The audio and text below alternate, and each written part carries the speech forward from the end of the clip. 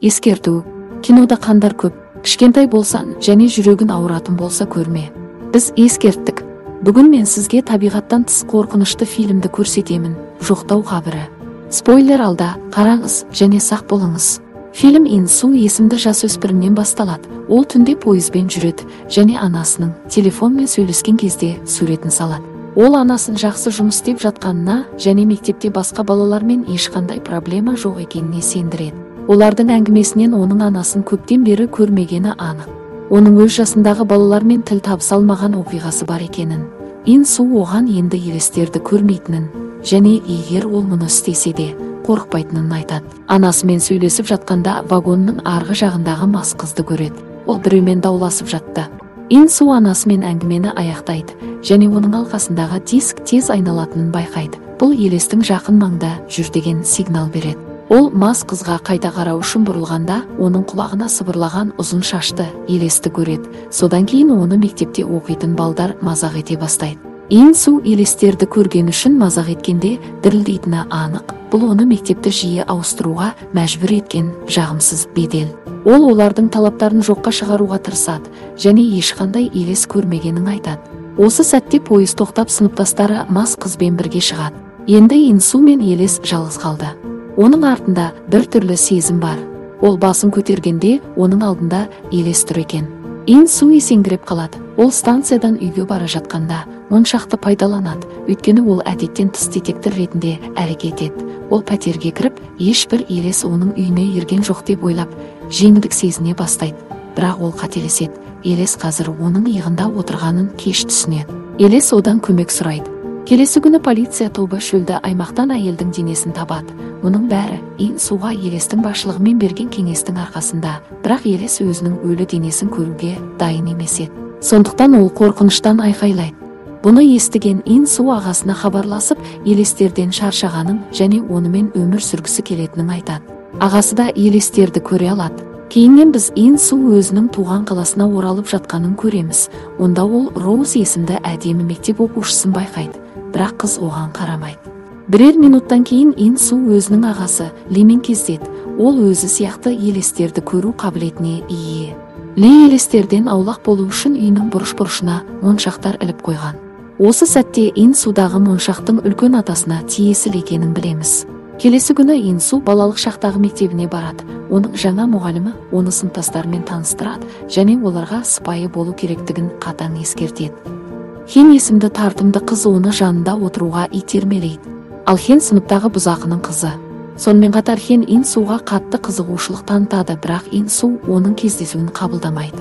Сынып сабаққа шоғырланған кезде Инсу кешке қарай сынып терезесінен қанды қолды ұрып жатқанын көреді. Ол ағасына көргендері туралы айтады. Ағасы қанды қол елес өлімінің жағдайлары өте қорқынышты екенін түсіндіреді. Келесі күні Инсу түскі ас кезінде тыныш орын табады. Ол сурет салып жатқан кезде, оның алдында қалаға алғаш келген кезде көрген сүйкімді мектеп оқушысы пайда болады және оның да елес екенін анықтайды. Инсу оған мән бермейді. Осы сәтте екі дос пайда болады және Инсуды саябақтың оңаша бөлігіне апарады. Олар оны Хен үшін ұра бастайды. Дегенмен Инсу оны ұнатпайтыны анық.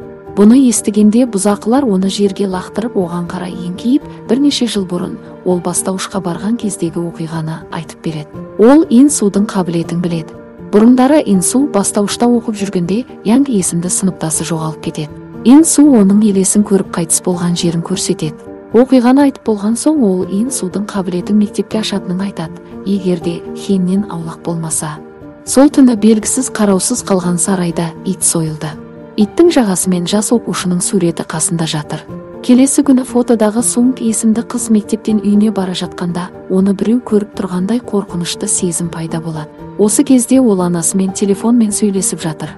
Жоғалған ит туралы айтқан кезде бірнеше минуттан кейін Хен мен тағы бір қыз Сунгты қорқытады. Олар мұны әзіл үшін жасады, бірақ Сунг ашуланды. Ол үйге асығып келгенде бір түрлі дыбысты естиді және төбеде ілініп тұрған кішкентай пакетті көреді. Сөмке кенеттен жыртылып қан төгіле бастайды. Сунг бетіндегі қанды жуу үшін жүгіреді және өзін қорғау үшін пышақты ұстап алады. Содан кейін ол Софи есімді қыздың елесін көреді және ашуланып досына қоңырау шалады, алайда үлгермейді. Мектепте Хен Чхонға Сунгтың мектепке келмей жүрген себебін айтады. Мектеп ауласында Ин Су тағы да мектеп оқушысының елесін көреді. Олардың көз алдында Чхон футбол алаңында басқа оқушыны ұрады. Ол Ин Судан неге бұзақыларға ештеңе жасамайсың деп сұрайды.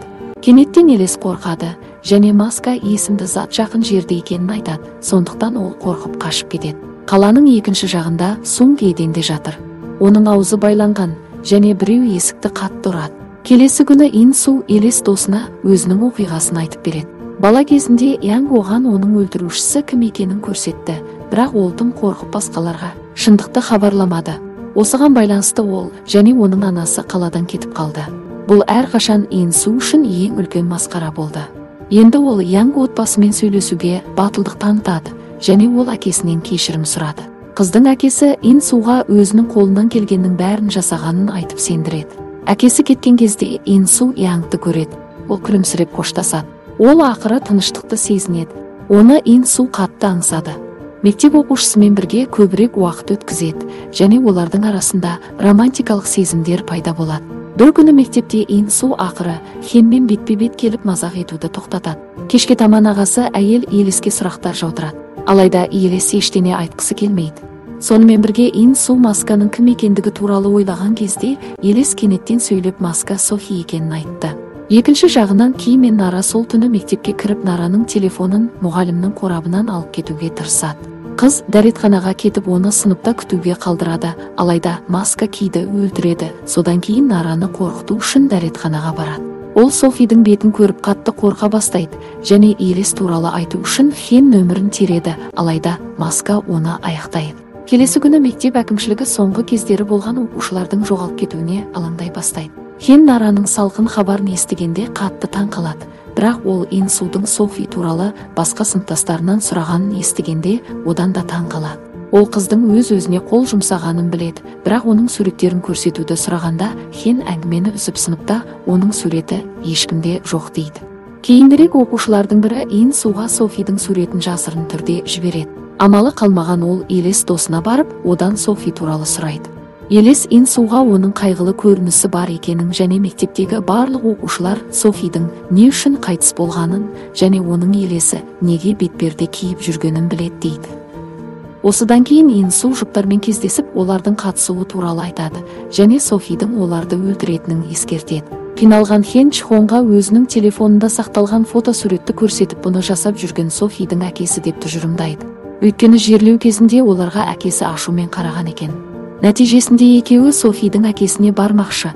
Үйге келген Ин Су ағасына болған жағдайлар туралы айтып береді. Осы сәтте Ин Суға Хеннан хабарлама келеді. Ол Софидің үйіне баруын өтініпті.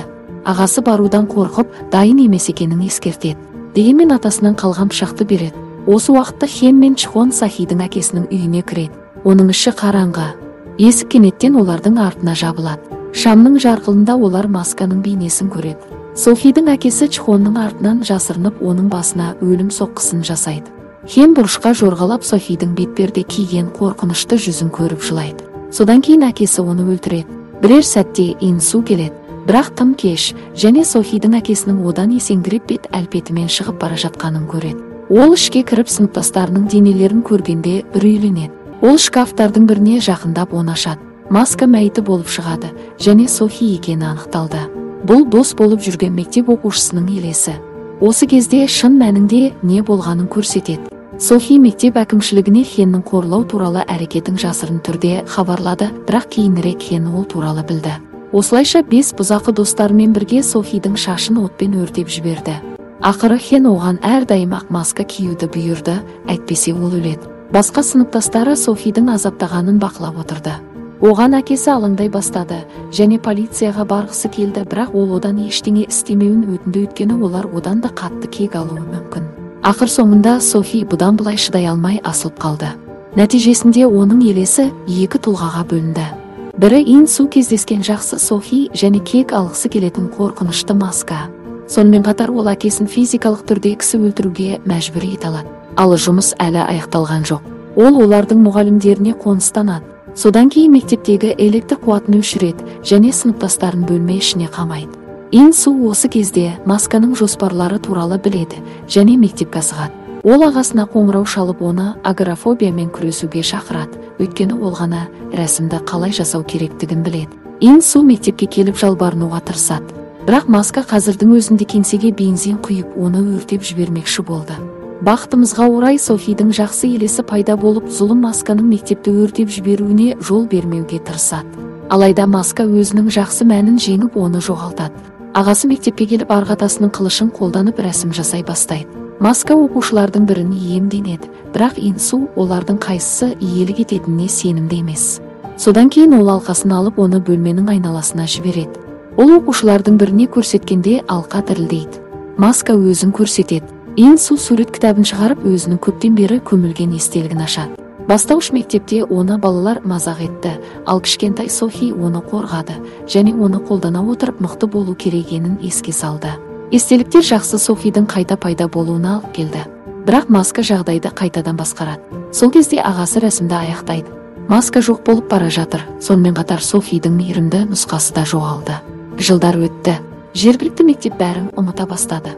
Ин Су мұғалім болуға дайындалып жатыр және фильм өзінің алғашқы күнін сол орта мектепте бастайды. Дегенмен ол өзін сыныпқа таныстырған кезде оқушының елесі оған қарай баяу жүре бастайды. Бұл оның жұмысы екі еселенгенін көрсетеді. Киноның соңы. Достар, басқа да қызықты киноларды біздің арнамызға кіріп көре аласыздар. Мысалы, егіздер бір жігітке ғашық болды.